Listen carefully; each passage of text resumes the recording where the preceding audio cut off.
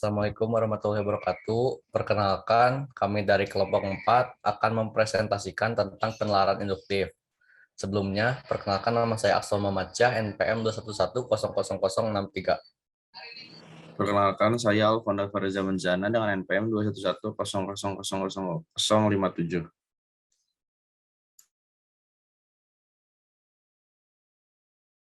1000059. Perkenalkan, nama saya Andri Mulyana dengan NPM 211000061. Perkenalkan, nama saya Irfan Syapa, NPM 211000089. Perkenalkan, nama saya Fani Alfahira dengan NPM 211000090.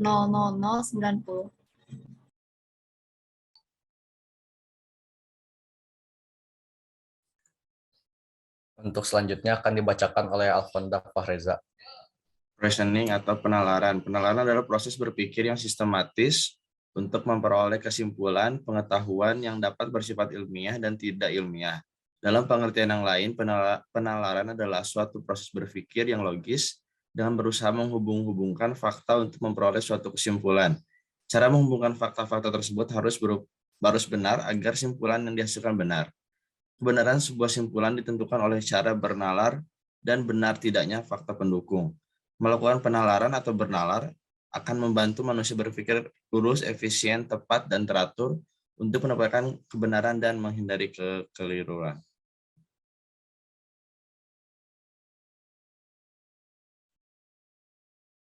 Selanjutnya, proses penalaran. Terdiri atas penalaran deduktif dan penalaran induktif. Penalaran deduktif adalah jenis penalaran yang menyampaikan hal-hal umum sampai pada simpulan yang khusus. Penalaran deduktif terdiri dari silogisme dan etimen. Sedangkan penalaran induktif adalah penalaran berangkat dari masalah khusus menuju kesimpulan umum. Penalaran induktif terdiri dari generalisasi, analogi, dan hubungan sebab akibat.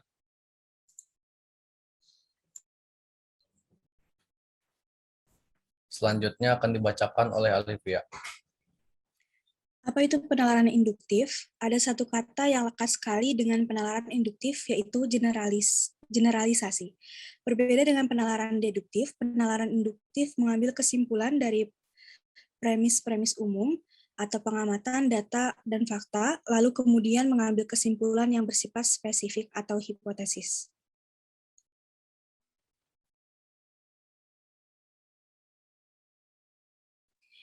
Penalaran induktif, contohnya, kita mengamati bahwa udara di pantai Kuta panas, udara di pantai Ancol panas, dan udara di pantai Pasir Putih juga panas.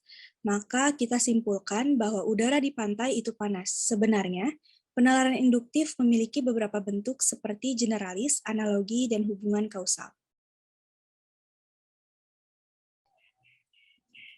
Selanjutnya akan dibacakan oleh Andri. Generalisasi. Generalisasi adalah proses penalaran yang bertolak dari fenomena khusus menuju kesimpulan umum. Generalisasi merupakan pernyataan yang berlaku umum untuk semua atau sebagian besar gejala yang diamati. Contoh, yang satu, buah mangga berwarna hijau dan rasanya manis. Yang kedua, buah jambu biji berwarna hijau dan rasanya manis. Kesimpulan generalisasi, semua buah berwarna hijau rasanya manis. Kemudian pernyataan, semua buah berwarna hijau rasanya manis hanya memiliki kebenaran probabilitas karena belum pernah diselidiki kebenarannya. Contoh kesalahan, buah kedondong juga berwarna hijau namun rasanya asam.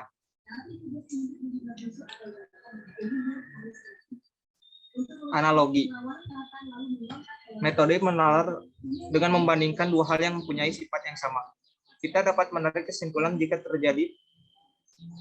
terdapat persamaan dalam berbagai bidang. Dengan kata lain, penalaran analogi dapat diartikan sebagai proses penyimpulan berdasarkan fakta atau kesamaan atau proses membandingkan dari dua peristiwa atau hal yang berlainan berdasarkan kesamaannya, kemudian ditariklah kesimpulan dari persamaannya tersebut. Lalu hubungan kausal.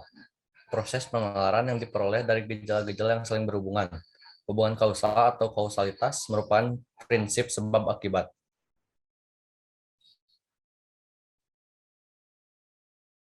Lalu faktor yang dapat memperkuat argumen induktif. Yang pertama, seberapa sesuai atau representatif pengamatan yang kita lakukan dengan pengamatan yang lain. Yang kedua, apakah pengamatan kita contoh yang benar tentang suatu kategori. Yang ketiga, seberapa kuat bukti yang kita tawarkan untuk mendukung argumentasi.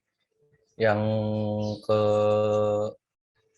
kelima, apakah pengamatan kita sesuai dengan deskripsi ilmiah lain terkait fenomena atau kategori. Selanjutnya akan dibacakan oleh Urfan. Yang selanjutnya ada kelebihan induktif. Yang pertama ada dapat mengembangkan keterampilan dan kreativitas berpikir seseorang karena selalu dipancing dengan pertanyaan.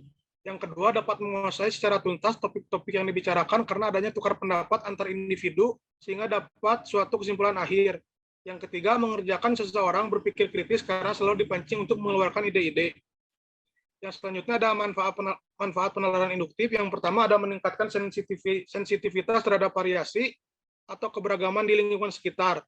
Yang kedua, memprediksi event atau kejadian di lingkungan sehingga dapat meminimalkan uncertainty. Yang selanjutnya ada kekurangan induktif. Yang pertama, pengetahuan yang diperoleh hanya dari penalaran induktif juga tidak diandalkan karena kelemahannya panca indera. Yang kedua, fakta yang ada sebagian dirinya tidak mampu menjelaskan apa-apa. Yang ketiga, fakta masih memerlukan tafsiran yang dilakukan manusia memerlukan banyak waktu. Yang keempat, sukar menemukan pendapat yang sama karena setiap individu mempunyai gagasan yang berbeda-beda.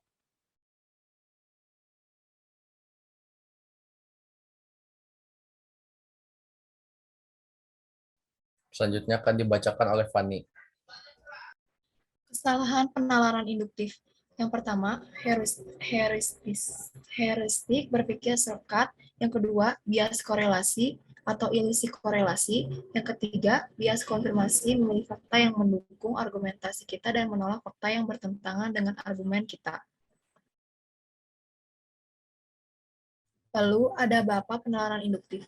Francis Bacon merupakan filsuf asal Inggris yang juga dikenal sebagai Bapak Empirisme berkat karyanya dalam mengembangkan metode ilmiah.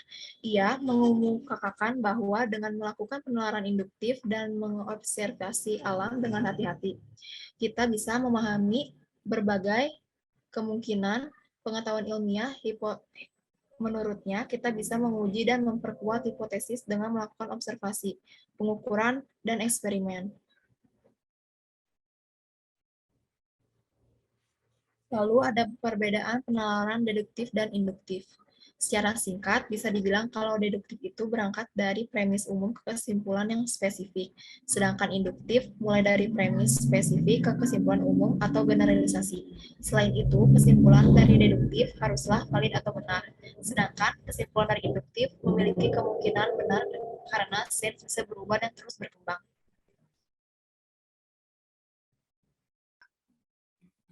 Demikian yang bisa kelompok kami sampaikan. Bila ada masukan dan saran kami terima. Terima kasih. Wassalamualaikum warahmatullahi wabarakatuh.